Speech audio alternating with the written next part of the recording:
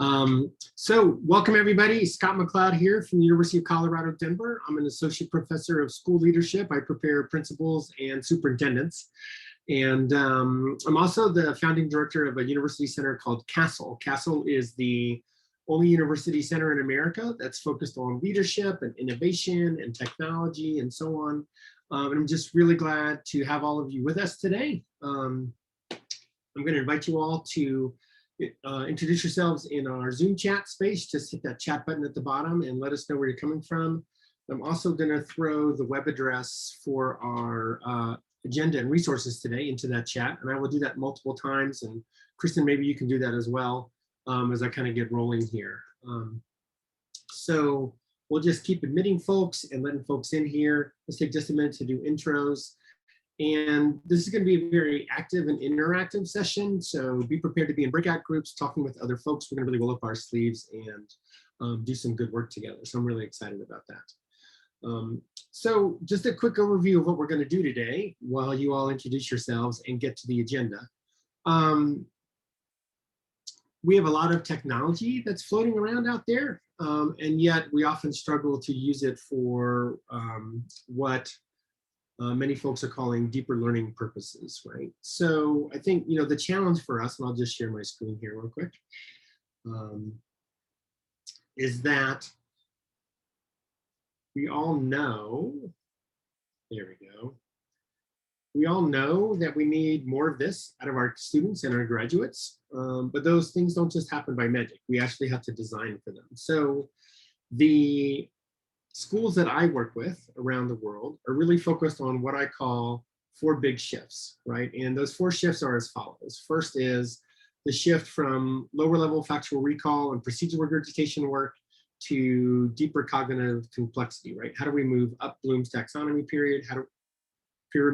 How do we move around Webb's depth of knowledge wheel and get at some of that higher level critical thinking, creativity, and problem solving that we know we need from our students, and that advanced communication, collaboration skills, and so on. So that's really shift 1 that most of the schools I'm working with are doing right now. Second shift is really around student agency. You know, most school systems have some kind of rhetoric around blah, blah, blah, lifelong learners, blah, blah, blah, and their purpose, mission, or vision statements. But we very rarely actually allow students to have agency over their own learning while they're with us. Most students in most school systems, other than a lucky class or teacher here or there, are basically told what to do instructionally every minute of every day up until they graduate. And so, you know, the challenge for us is, if we really want our kids to be able to direct their own learning and drive their own learning when they are older, we have to give them opportunities to do so when they're younger and have caring adults around them. That's particularly true as we go up the grades and we think about gradual release of responsibility and so on. We also get huge motivation impacts when we focus more on student agency. The cognitive psychologists tell us over and over again that the #1 factor in human motivation is autonomy, the ability to control and make choices about what you're doing. And unfortunately, schools are very low autonomy places for most students. When we make shifts towards agency and let kids have more voice and choice and control and ownership of what they learn and when and how and so on, we also find that it's easier to differentiate, individualize, personalize, and so on. Third big shift is really around authentic work. It's around how do we get kids out of the classroom walls and the building walls into the world around us. You know, we've had kids tell us for decades, if not centuries, why do I need to know this? Why do I care? What meaning and relevance does this have for me? And I think a lot of kids are really struggling to find meaning in the learning tasks that we put before them. But when we start having kids get connected with our local community, online communities, global communities, and so on, they're starting to do more real world authentic work. What we see is that a lot of those questions about meaning and relevance start to disappear. So that authentic work shift is a really big and important one. And then finally, the 4th big shift is really around tech infusion. You know, we obviously live in a digital world these days. We want our students to be information literate and technology fluent and so on.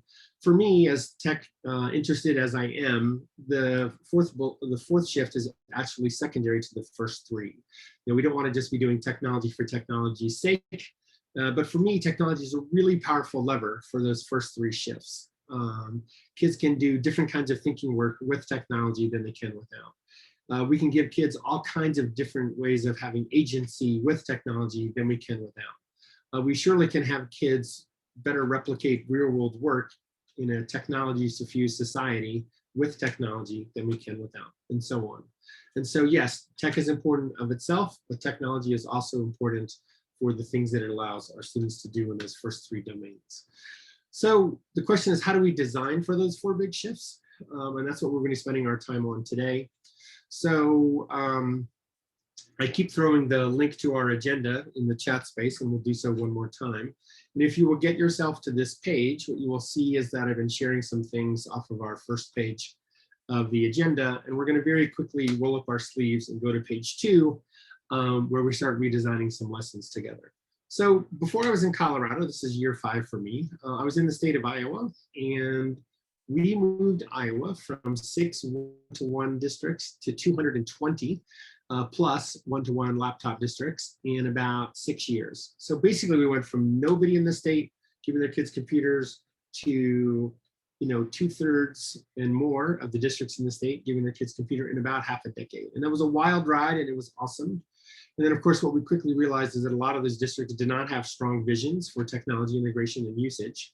And so basically what we got was a lot of replicative use where teachers were pushing out digital worksheets and superintendents were patting themselves on the back for persuading the school board to allocate and give computers to children in the community. But learning didn't change much, right? And that's sort of the challenge. So if we want those higher level outcomes, those 4 shifts that I described earlier around deeper learning and student agency and authentic work to really be happening and to use technology in meaningful ways, we have to actually design for those things to happen. And so that's what we're going to spend our time together doing. So you will see that I'm now scrolling to page 2 of our agenda, and that's where we're going to navigate as well. And so I'm going to send you all in your breakout groups for just a minute, just to introduce yourselves and say hello to each other. We'll just do this completely randomly, so who knows who you're going to get in your room. And I'll bring you back in 2 minutes, so do your intros quick and say hi, because then I'm going to put you all to work, okay? All right, see you in a minute.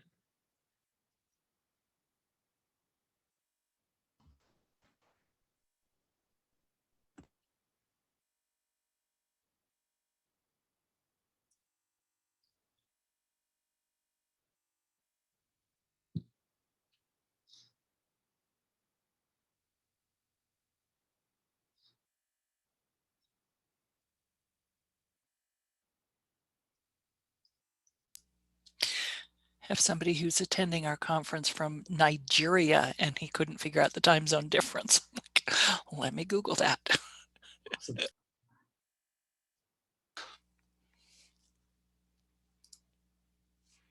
Have somebody just coming in from the waiting room.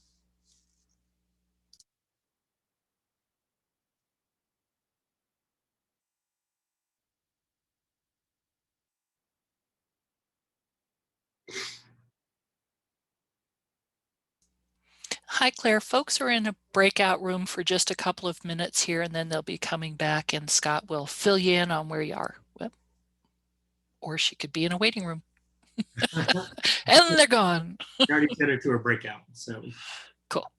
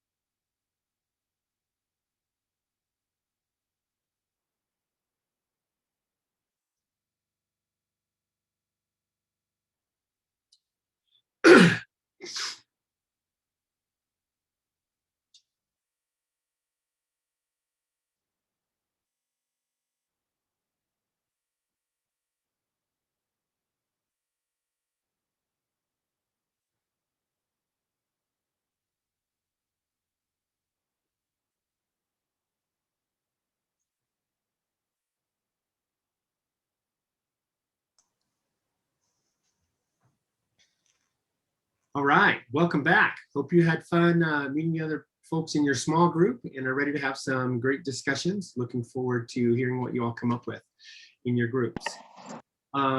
So we're going to dive right in. I'm going to introduce you to the 4 shifts protocol and how we're using this with educators. I know that some of you are higher ed as well, like I am. So we can also talk about how to think about this in the post-secondary context as well, although my examples today will be P12.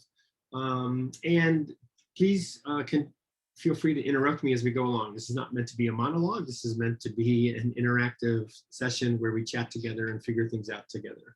So I'm going to share my screen again. I'm now on page 2 of our agenda. And you will see here.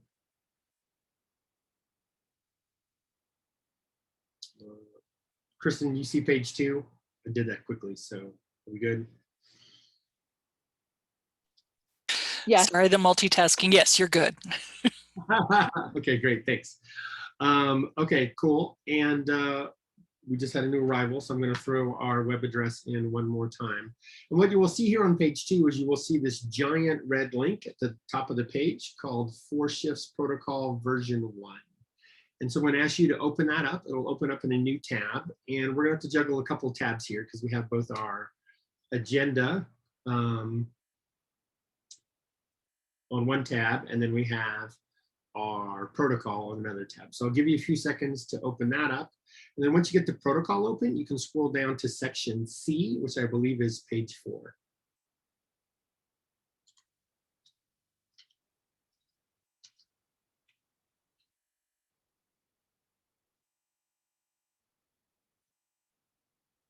Cool. All right. So I'm scrolling down to section C.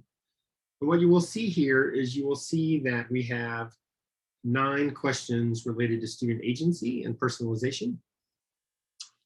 And the idea here is that we could pick one of the 4 shifts and we could target that in terms of some instructional redesign ideas and so on. Okay, so that's sort of the idea here. So let's just pick somebody at random and they can be my redesign partner. Cindy, you were one of our early logins from Texas. Nice to have you here. You willing to chat with me for a minute? Cool. So unmute yourself. Okay, yes, I actually know you from the TIES conference because I still work in St. Paul. But yeah. Yay, thanks Cindy for being with me. You're welcome. So, and say hello to all our old friends at TIES next time you see I will. I already sent Mary your presentation. Very nice, very nice. Cool. So Cindy, the idea behind the protocol is that we always want to honor teacher choice or instructor choice at the post-secondary level. And so the first thing we would say, so let's say you're the teacher in this instance, we would say, Cindy, which area of the 4 shifts protocol do you want to play with, right? We've got deeper learning, we've got authentic work, we've got student agency, we've got tech infusion, right? And you're like, okay, for this instructional activity, I really want to focus a little more on student agency. Okay. That was what I was going to say. You read my mind. Good, because that's the example I have. Good. I must have known that. Right, but the idea here is that you have the choice as the teacher which space you want to play in. And you know, that could be driving you from a couple different directions. Maybe your school has a goal of getting more agency into kids' work. Maybe your grade level team or your department team is trying to have kids, you know, have more voice and choice in what they do because of motivation issues. Maybe you as a teacher are just reflecting on your own practice and saying like, you know, kind of direct traffic a lot, or it would be really nice if kids own their own learning more often, you know, whatever it is. So it doesn't really matter what the motivation is, but you're making the choice to go to section C. And then the first thing we do is once we've identified the section that we want to play with, we look at the questions that are in there, and we're going to first use them as a diagnostic, okay? So what we're going to do here is I'm going to throw a elementary lesson up onto the screen. We're going to watch the video together, and then you and I are going to diagnose it afterwards, all right? Okay. Okay, cool. All right, so you can mute for a second, and I will drag the video over, and everybody else is following along, I hope. And let's drag this first lesson over and see what we think. Okay, so we're going to play around with an instructional activity with 6-year-olds, first graders. In this whole group lesson, I use the interactive whiteboard, videos, and still images from websites to teach a lesson about pioneer life, specifically as a way of studying places from the past. In other words, We use technology to give us a richer understanding of life before this level of technology. In this lesson, I want my students to compare diverse places that people have lived over time. I begin the class by showing a video segment from Discovery Streaming, Different Kinds of Shelter. The reason the houses are the way they're made is because of where they are. So after we watched this movie, what did we learn about the differences between homes in the past and then homes that we live in now? Video is a powerful tool to help students visualize life in the past and in the present. This helps them understand why the homes were so different. What else? They use different materials. In order to prompt students to compare houses of the past with houses today, I show them several primary source photos from Discovery Streaming, places, learning how houses have changed over time. I also use photographs from the Library of Congress, the American Memory section. We select one or two of these primary source documents of pioneer life to focus our class discussion. To assess student learning, I have the students draw a picture of two types of houses they learned about. For this, we used technology that was available in both homes, pencils and paper.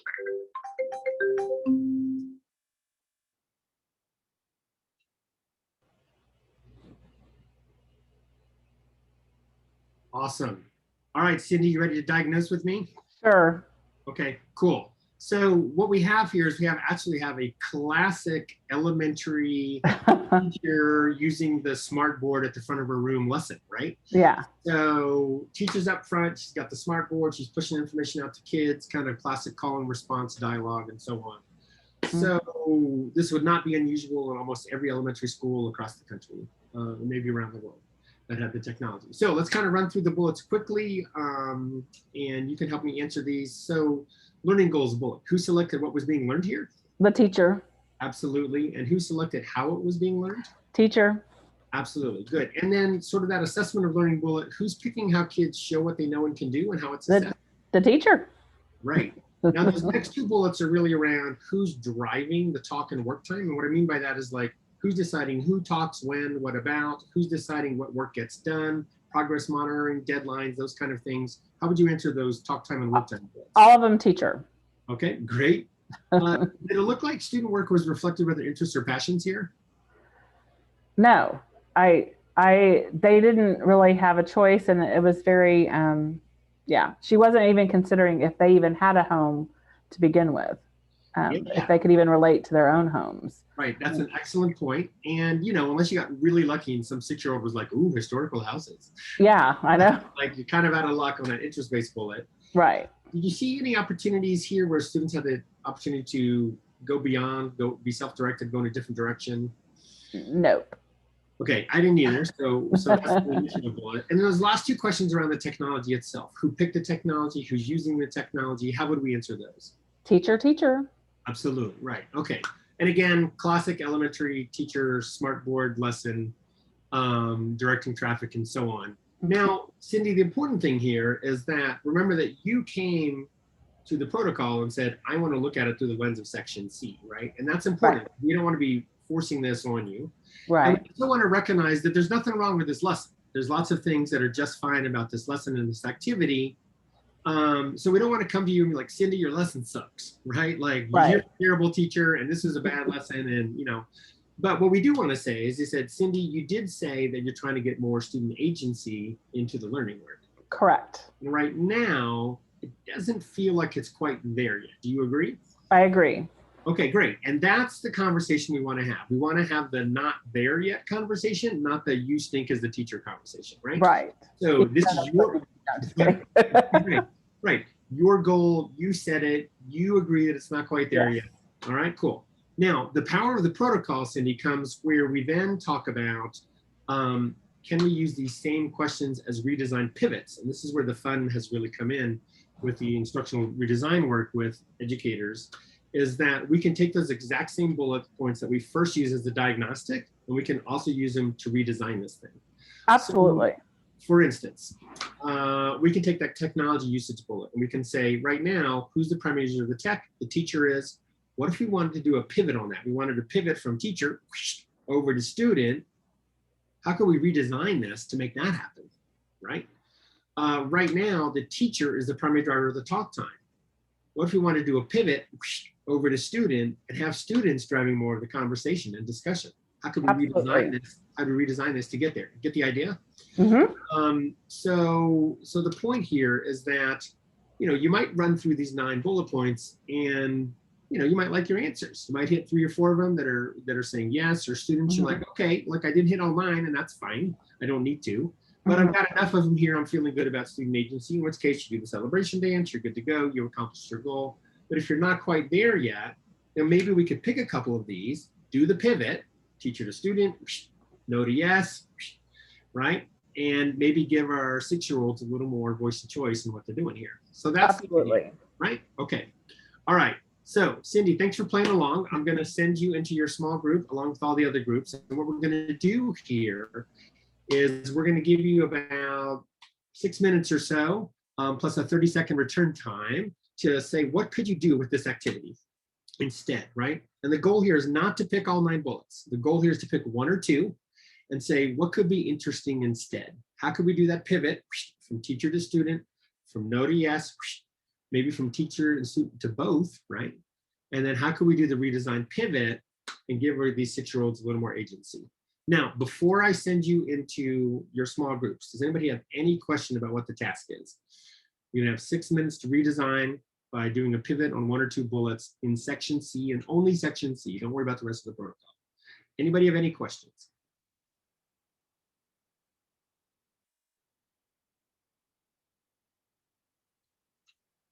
Okay, then the last thing that I'm just going to point out to you real quick is that if you go to our agenda that I shared with you in the chat, and I'll also throw it in the chat space one more time because we have some new arrivals. We'll also see that there's a lesson plan for this activity. It's right here. I'm going to blow it up big. If you click on that, you will see a lesson plan for this activity that we just watched the video, right? And up at the top are standards that the teacher's trying to achieve, objectives, procedure, materials, assessment, the whole bit, pretty typical lesson plan. So you have that available to you as a resource as you do your redesign planning. All right, I'm gonna send you into your small groups. You got about 6.5 minutes or so. Pick 1 or 2 bullet points from section C of the protocol. See what a couple interesting redesign pivots might be, and pick a spokesperson to speak for your group when we come back together, okay? All right, I'm gonna stop the share. I'm gonna hit the breakout room timer for 6 minutes plus a 30-second return. And I'll be hopping in small groups to hear your conversations. Great, have some great discussions, bye.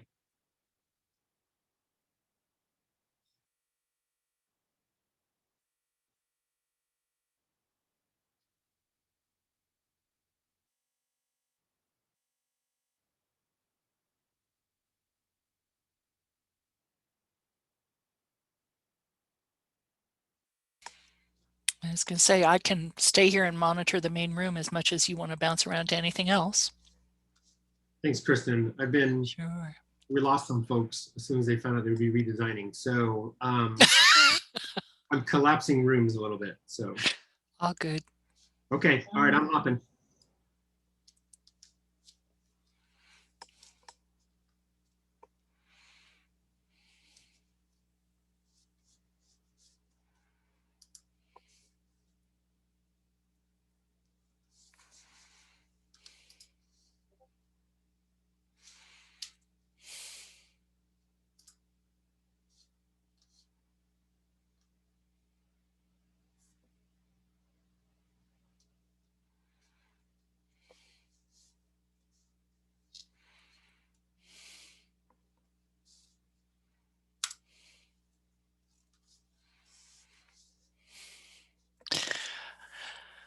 Hi, Sasha. This is Kristen Rovidal. Hi, Kristen. Hey. I got disconnected. Oh, okay. And were you in a breakout room previously? I was in with Cindy the first time, but I didn't get assigned in the second round if it was going to be a new breakout room or if it was going to be the... Okay. Let me go ahead and put you in room 2. Let's see if I can figure out how to do this unassigned. Whoops, there you go.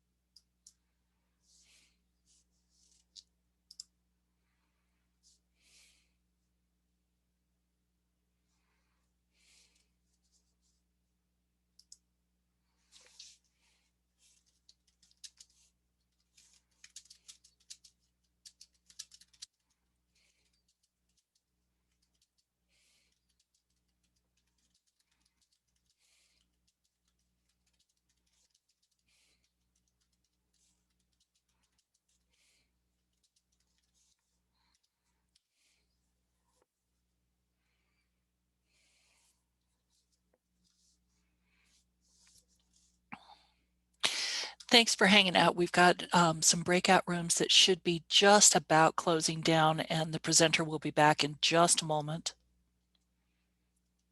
So thank you for your patience. Should be just another minute or two.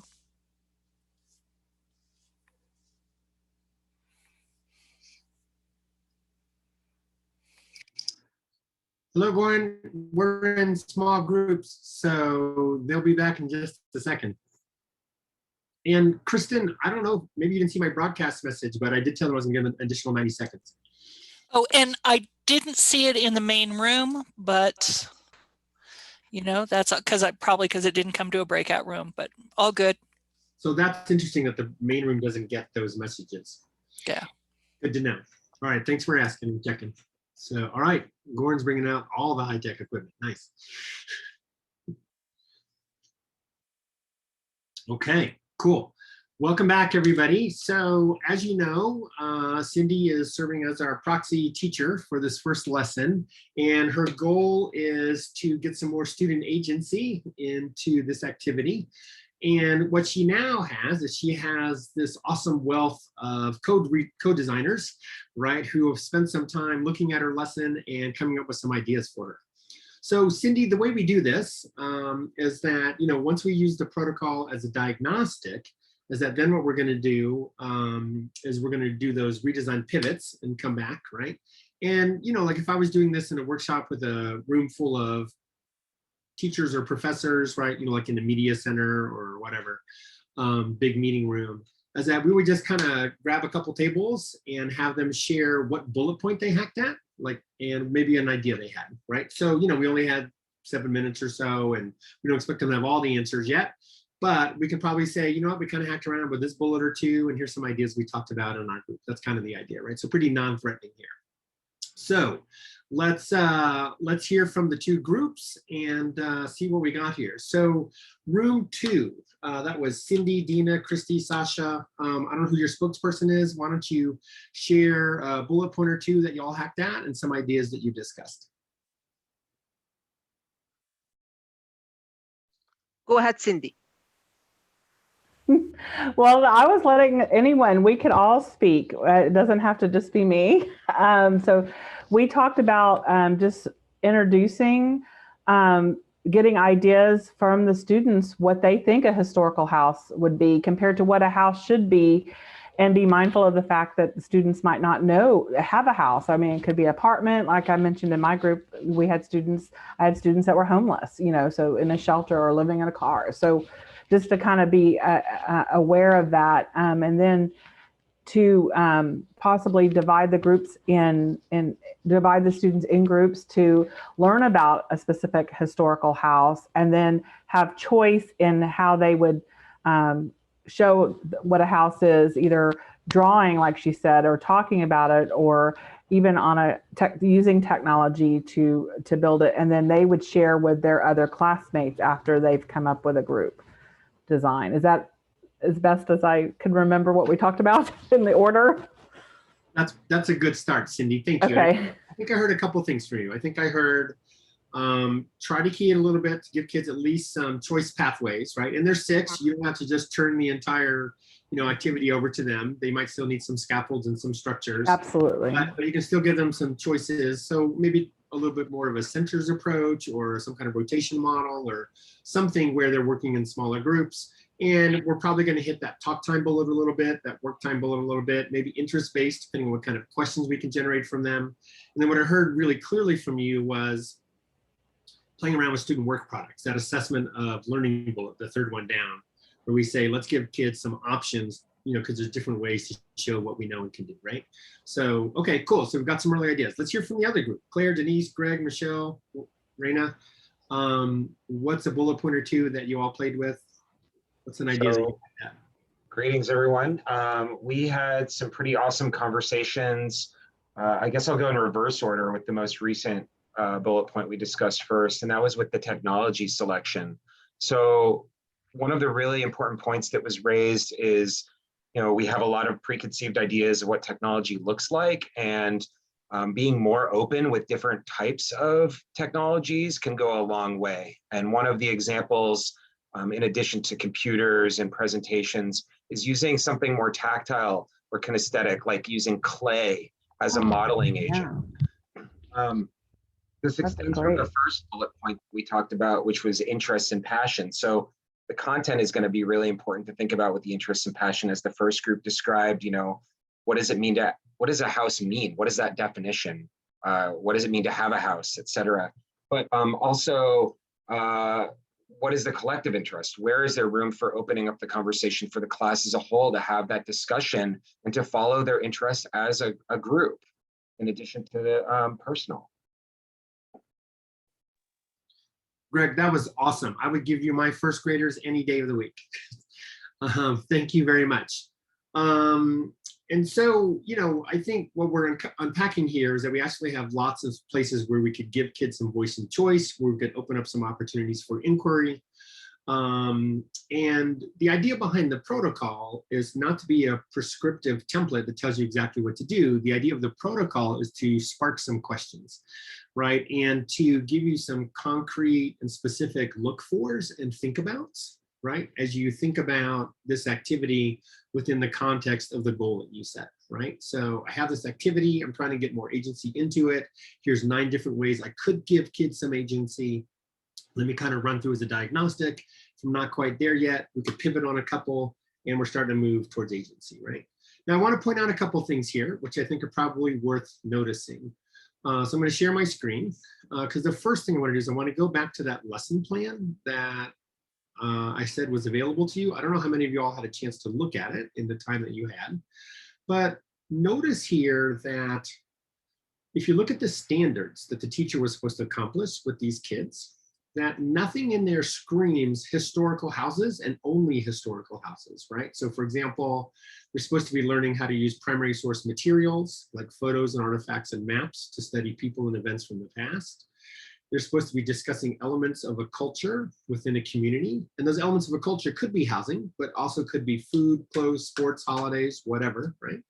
And the community could be anywhere: Arizona, Egypt, local, Russia, Pakistan, like it doesn't matter, right? So what we have here is, if we look at that very first bullet point in section C, which is learning goals, who selected what's being learned, there actually wasn't a requirement for everybody to learn about historical houses. What happened here was the teacher made that choice, right? The standards are actually much broader and actually gave quite a lot of leeway for the instructor if she desired. She was the one, sorry, Cindy, but you were the one that made the decision to narrow it down and say every kid's going to do the exact same thing and come up with the exact same work product, right? And I think, you know, I think Dina mentioned this a little bit when I popped into her group, was this idea that, you know, sometimes the learning goal is non-negotiable and other times it is negotiable, right? And in this case, it felt more negotiable. Everybody didn't have to do housing. So we could have created some choice pathways for kids around some of those other elements that were in the standards. Now, you know, maybe you're in, maybe you're teaching, you know, algebra class, Dina, and you're like, you know what, nobody's getting out of this math class without learning the Pythagorean theorem. Like, that's the way it is, right? In which case, no worries. The learning goal is not a flex area. You know, we're going to pin learning goals down with teacher. That's just the way it is. But we've got 8 other places to play, right? We've got 8 other ways where we can maybe give kids some voice and choice. And so what I often see with educators is they say, well, the learning goal is non-negotiable, and thus I have to control everything. But in actuality, that's only one area that's pinned down out of the 9 in the section, right? And we could, you know, like, how many different ways could we learn about the Pythagorean theorem? We could probably identify 6 to 12, right? How many different ways can we show what we know and can do around the Pythagorean theorem? Probably a bunch, right? And so this idea that, you know, we can flex in some areas, not flex in other areas, that's quite okay. You're the teacher, you get to make the judgment, Cindy, about what's negotiable and what isn't. But any place we can play and give kids a little autonomy and agency is a place where we might get some motivation and engagement gains, right? So, you know, like I got a, you know, let's think about another goal, like an English language arts goal. We want kids to be skilled at decoding complex texts, right? That sounds like a great university goal as well as a secondary ELA goal, right? But so everybody's going to learn how to decode complex text and what those techniques and strategies are, right? The how is non-negotiable. We're going to pin that down. But does everybody have to decode the exact same text? Not necessarily, right? So, so does everybody have to read the same book? Does everybody have to look at the same report? No, right? So there's some flex there in another way. I got a high school in South Dakota. They, one of their goals for their graduates is that every single student will be able to deliver an effective presentation on stage to an outside audience of like 100 people. Like that's the assessment is pinned down. We know exactly what we want the assessment to look like. Now, what do you talk about? What's your speaking style? What do your slides look like? And so on. All of that is up for negotiation, right? So we can pin down different pieces as need be and then flex in other areas and still give kids lots of agency and choice. The other thing that I'm hoping you're recognizing about this protocol is the flexibility of the way we can use it, right? So Cindy picked section C, right, in this example, but she could have picked another section, and we always want to honor teacher choice. Cindy's group, you know, she and her fellow co-designers, they were the ones that picked different bullet points, and the other group picked other bullet points. That's great, because all those bullet points are moves towards agency. And then even if you all pick the exact same bullet, let's say that Claire and Cindy and Michelle all picked talk time, right? Well, Cindy's gonna be like, you know what? I'm ready to hand things over to my kids and let them rock and roll. I know they're 6, but we've been working on it and we're just gonna go, right? And Claire's like, have you seen my 6-year-olds, right? Like there's no way they're ready for that. We're gonna keep it pretty tightly structured. So we're gonna play a little bit, but not a lot, right? Like the stuff Cindy's talking about makes me really nervous as an educator. So Claire's gonna take more baby steps. And Michelle's like, you know what? I saw this thing on the web and I don't know what direction we're gonna go. We're gonna go this way and I have no idea what's gonna happen. And it's gonna be just like this left turn activity and you know, who knows? It's gonna be a wild ride. And that's cool too, right? Because all 3 of Cindy and Claire and Michelle, no matter how far they go or what direction they go, it's still a move towards agency, even on the same bullet point. So there's lots of flex in the protocol in terms of your own starting point, comfort level, skill set, and so on in terms of what you're ready to do and what you can do. And over time, we can build our skills, right? Do we want Claire to eventually probably be giving your kids more and more agency over the course of the school year? Absolutely, right? So we do some kind of gradual release responsibility where it's very tightly scaffolded and structured at the beginning, but over time, as Claire builds up her abilities and comfort levels, and she built her students' capabilities and capacity as well, it starts getting more and more open. Right? And that's the idea. And she can just keep coming back to section C and plan wherever she wants, whenever she wants. And those small tweaks add up over time. So that's the basic process of the protocol. We pick which section we want to play. We go find those questions. We then run through the questions as a diagnostic, right? Do we like what we see? If so, Cindy does her celebration dance. Woohoo, I accomplished my goal. And again, it doesn't have to be all of them, it could just be a few of them, you know, whatever makes her happy. And then on the back end, if we're not quite there yet, and again, that language is important, then what we do is we do a redesign pivot from teacher to student, from no to yes, right? And we make some shifts, preferably collaboratively with other smart people who can help us generate ideas.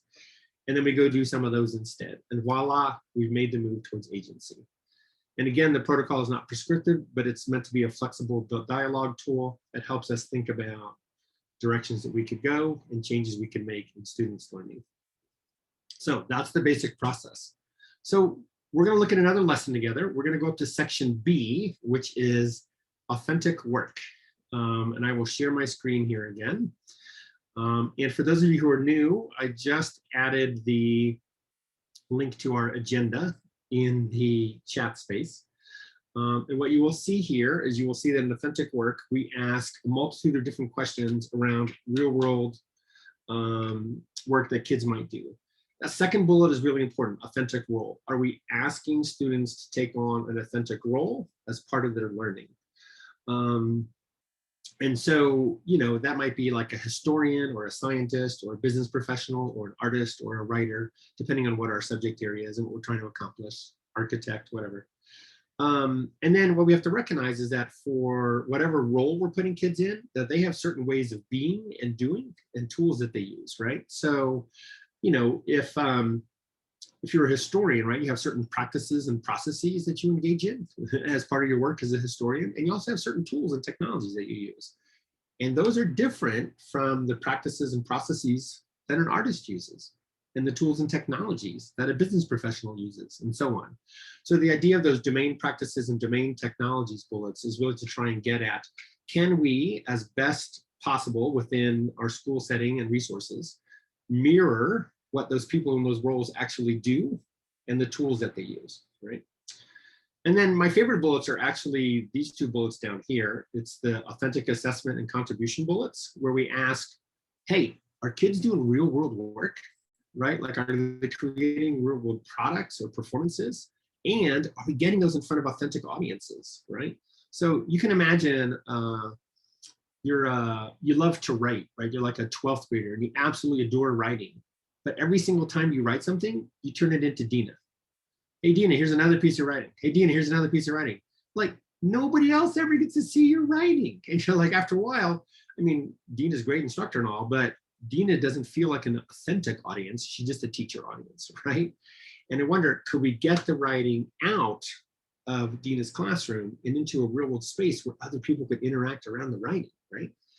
You know, that contribution bullet is that, can we actually make a contribution to the world around us? Can we actually do something that benefits other people or our community or so on? That's kind of the idea of the contribution bullet. Okay, so we're going to look at a secondary lesson, and this will be more of a remote lesson or face-to-face, could be any way you want to do it. And I stole this one off Teachers Pay Teachers. I paid mine $9, and I'm going to share this with you just as an example. So I hope you enjoy this one as much as I do. And this is a science teacher who's talking about the Great Pacific Garbage Patch, okay? So here's the way this works. So here's the Great Pacific Garbage Patch, right? And the teacher has this awesome slide deck where she starts talking about, you know, what is this thing? It's this giant vortex of trash and plastic in the Pacific Ocean, and it swirls around in this massive space. And, you know, here's what it looks like. It's actually huge. It's like, you know, thousands of square miles, you know, like the size of Texas. And here's how it happens, right? Like, there's this gyre in the ocean system and it's trapping plastic. It's like this big whirlpool that just keeps sucking trash in, but never lets trash out. You know, how did it get there? Well, the plastic is coming from sources from land and sources from ships. And, you know, it's mostly plastic and it doesn't biodegrade, but it floats. And by the way, did you know that plastic is terrible? And about 10% of it ends up in the ocean, and the effects are terrible. It's killing marine life and it's harming fishing and so on. And, you know, what are people doing about it? Here's some different cleanup coalitions that are trying to work on it. And here's a video you can watch. And what can we do? Right? Like, what can we do? Like, there's all kinds of, like, we're probably not going to go to the ocean, particularly from Colorado, where I am, and go clean up this Pacific garbage patch, right? We're not going to hop on a boat tomorrow and do that, but we can start thinking about other more environmentally sustainable ways to attach this problem. And here's some different things that we can do along the way, right, as students. And then finally, the teacher's like, okay, here's your assignment. Okay, your assignment is to create a brochure which brings awareness about the Great Pacific Garbage Patch. It helps people understand ways that they can reduce the use of harmful plastics. Now, I love this assignment, right? Like, this is a classic, like, middle school, high school assignment. Hey, time to write a brochure, okay, right?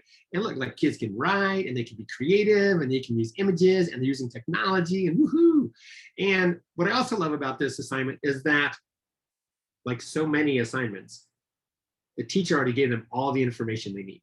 Right? Like, all the information they need is on the assignment page itself. You're looking at it, right? And all the slide deck that the teacher just used and everything.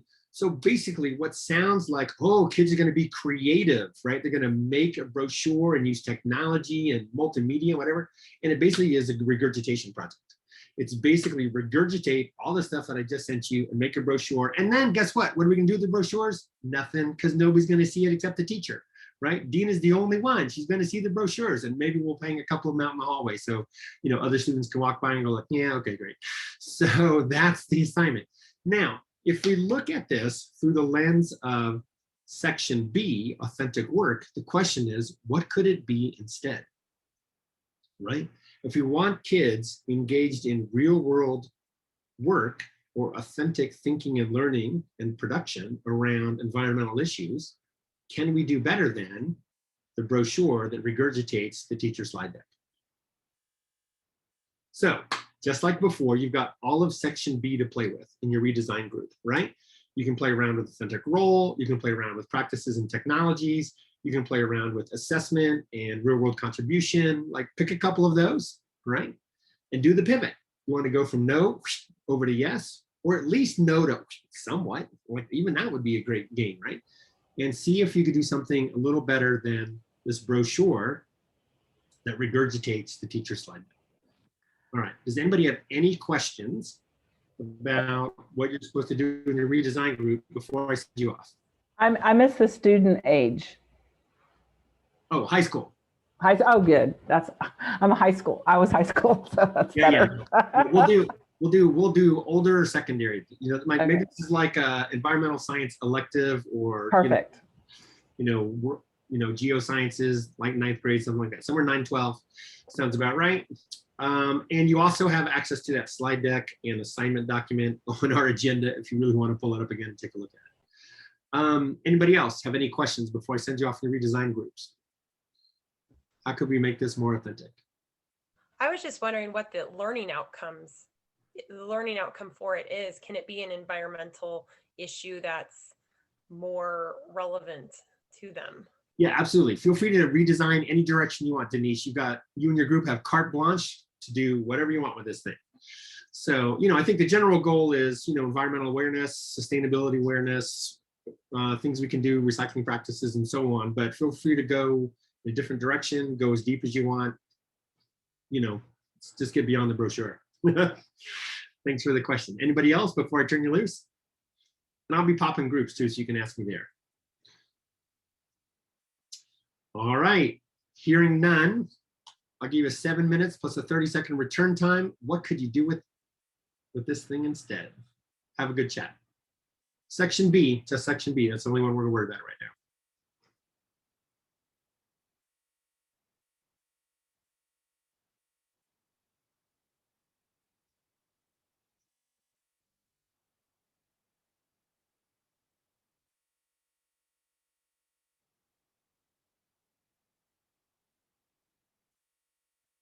Kristen, I got to tell you, I've never lost so many people from a session before.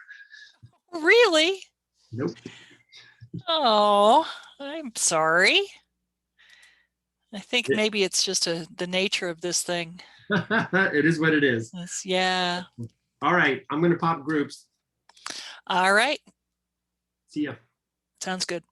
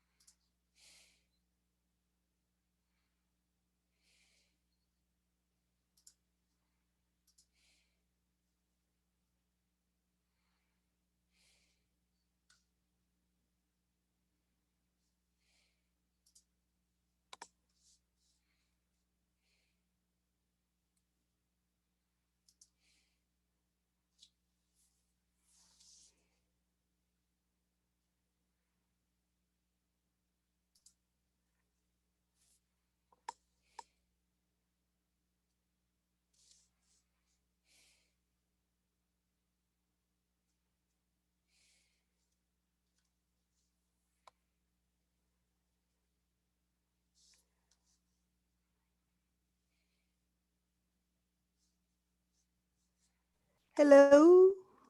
Is anyone still there? Hi, Claire. Yes. Oh, we are still here. Hi. Oh, it's moving you to a breakout room.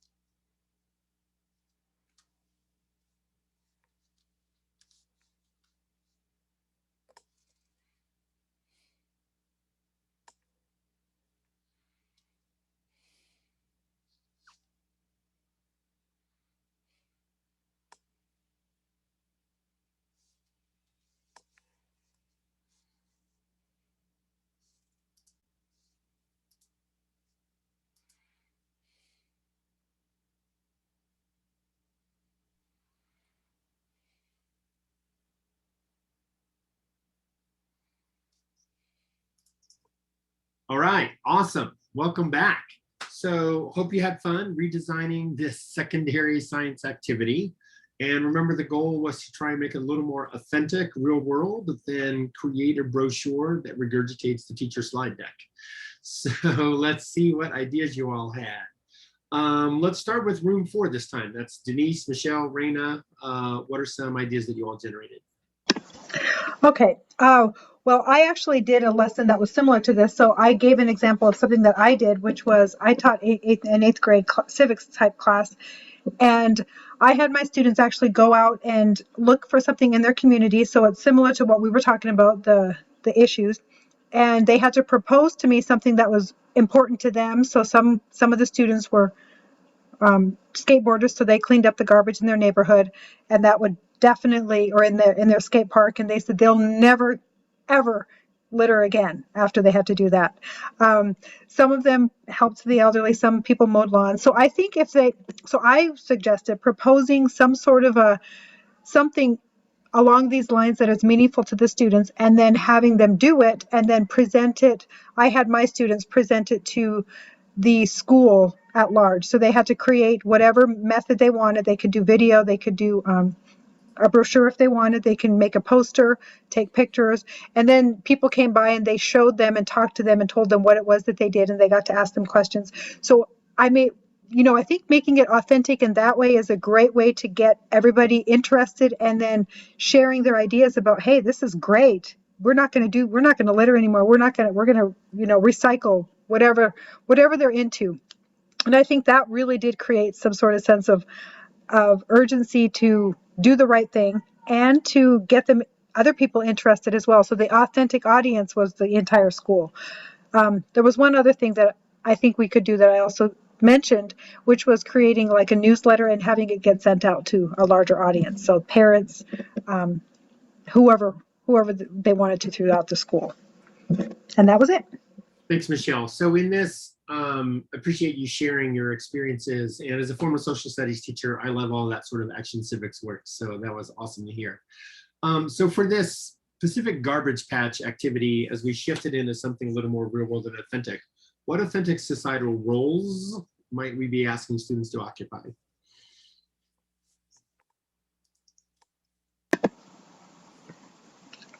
I think that in this particular one, the authentic roles would be they're going to be stopping doing some of the practices that they were doing in the past. So they could become maybe the garbage collector, they could become the recycling person, and they could take on, maybe they can interview some of those people, they can ask them questions, and they can present what they find to a large, I like the idea of sharing to 100 people, sharing that idea, or maybe make it 50 for kids. That's a little scary to have to do 100 people, but sharing that in authentic from that perspective of the person, maybe they can interview and become that person or something like that. I think that's one way to do it. So I heard scientist, I heard sanitation engineer, I heard somebody who works in the recycling department, I heard marketing or advertising and or communications, PR department, right? I heard sort of lots of different roles that you could possibly occupy there. Cool. Thanks, Michelle, for sharing from your group. Let's hear from the other group. Claire, Cindy, Chanel.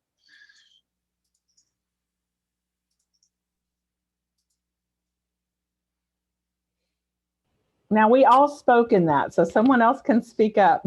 Or I'll be happy to, but everyone spoke in the small group. Okay, well, I can start because I chimed in very late. But I was just saying, well, I started really mentioning the authentic roles that I would have the students choose an authentic role, give them a few examples of the kinds of persons that potentially could be involved, and then have them come up with another list.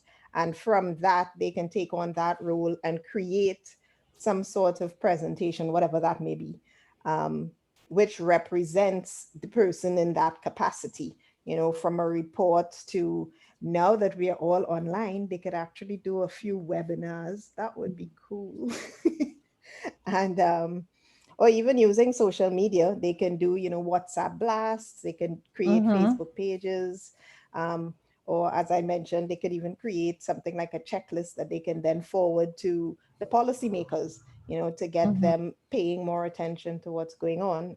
And then we also mentioned having an authentic type project, like a civics-minded project, where they can be engaged, like Michelle was also saying, where they're actually engaged in collecting the garbage. So they become more conscious of how much plastic really gets into the environment on a daily, weekly, monthly, annual basis. So, and then I was just suggesting as well that maybe they could do it and create a little scientific presentation out of it so they could actually quantify how much they collect for select periods. And then Cindy. Yeah, and just starting it off about just having them be more mindful of garbage and what constitutes garbage and just a little bit around them, and to imagine, I think it's just hard for students to imagine that there's a garbage patch in the Pacific Ocean the size of the state of Texas, which is quite absurd, and just understanding that massiveness and what goes into that, what is more likely to be a part of garbage, but then also look at it. Someone in the group brought up bringing it from a biology lens, from a economic lens, and environmental lens. So looking at that garbage from a variety of lenses, just I guess what Michelle was bringing up of the different categories that people could be from as well. So yeah, just to make it as authentic as possible. Cool. Thank you, group 2. Appreciate your insights there. Lots of great ideas that you all articulated. I think one of the things to remember here is that this teacher obviously has an environmental mission and message that she's trying to make happen as part of this activity. But right now it's kind of like, here's a bunch of stuff that you should know and care about. Now give it back to me in a brochure. That's very different from asking kids to go out and put them in a role of like scientists and data collectors and researchers, right? Like, all right, here's a patch of land, right, in our community. Like, go out and, you know, make a grid and collect trash and report it out. And that authentic audience can be really important, because now we're getting it out of the classroom and you're presenting to city council, you're presenting, you know, you're sharing your findings with, you know, the local Parks and Rec department, you know, whoever, right? Like getting it out of the building and have it and have the audience be somebody else other than the teacher is huge. And then what kids are doing is that they're picking up this sort of environmental sustainability message along the way as they do the work. They're like, oh my God, we had no idea. We drive by that park every day, right? We had no idea the creek looked like that. Like, sure, I saw a few pieces of trash in there, but man, we collected data and it's awful, and right? And that's the difference when we're talking about this authentic work lens, is get them out of the building, get them into the community. And it could be an online community or a global community, it doesn't have to be local, but get them out doing real world stuff and put them in different roles. They'll get the messages that we want them to get, but it feels much more real and authentic to them because they're connecting with other people who are engaged, right? And when we also think about working with those outside partners, don't just use them as talking heads. Like, you don't want the person from the recycling department just come in and be like, hey, I'm going to lecture at you for 30 minutes and share what we do here, right? Like, have them as partners where you're working together on stuff, and they're more as guides and facilitators of the work. They can also be expert reviewers, right? Like, take a look at this thing that we made or created and give us some feedback. You know, that's a great way to use those external partners. So now you've seen a couple sections of the protocol. You kind of get a sense of what's there. There's a couple sections we didn't hit. Section A is really around deeper thinking and learning. Section D is really around tech infusion, but the process is the same. The idea is to take some kind of instructional activity. We decide what section we want to hack at or play with. We run through the questions as a diagnostic. If we like our answers, awesome. Let's do the celebration dance. If we're not quite there yet, let's pick a couple bullet points, do a redesign pivot. We want to go from no to yes, teacher to student, whatever. Hopefully we're doing that collaboratively with others, right? And we have lots of flexibility in that process in terms of which bullets we play with, how far we go. We're always honoring teacher intent and professionalism and judgment and decision-making in this process.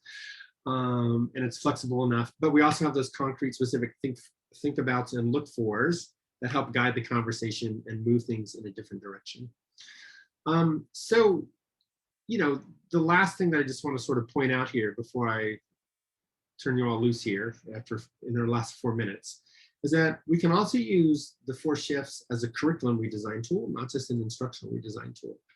So, you know, if you look at the protocol carefully, you will notice that there's nothing in there that talks about what teachers are doing. It always talks about what students are doing.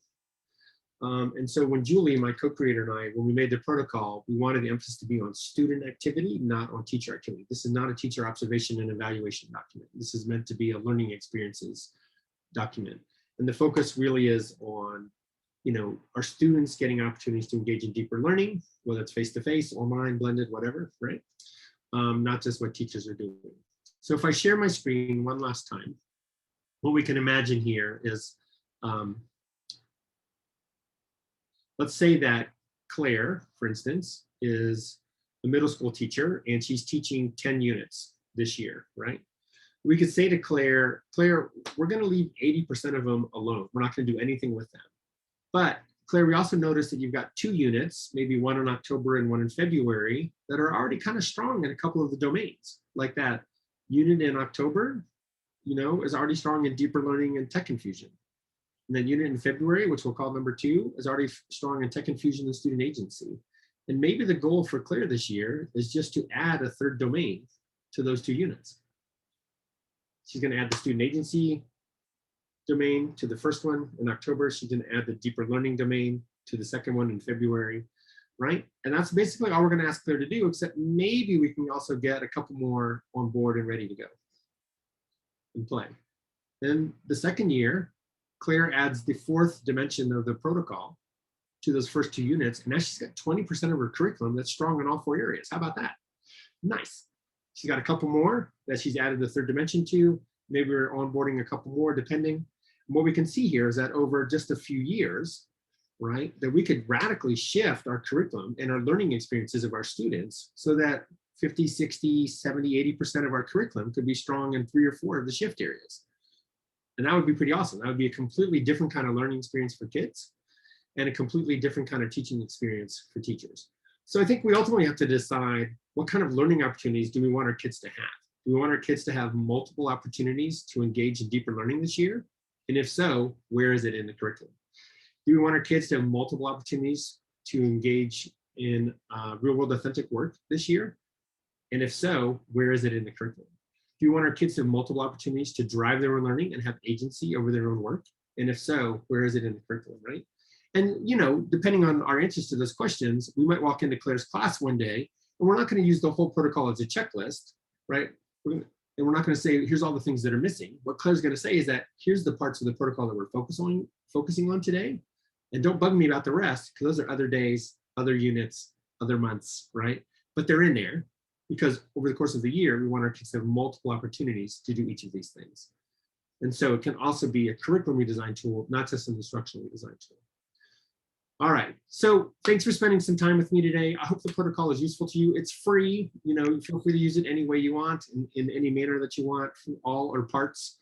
My contact info is at the top of the agenda and resources page, so feel free to get in touch if you want to follow up and have further questions. We've got tens of thousands of educators all around the world who are using the protocol to redesign learning activities.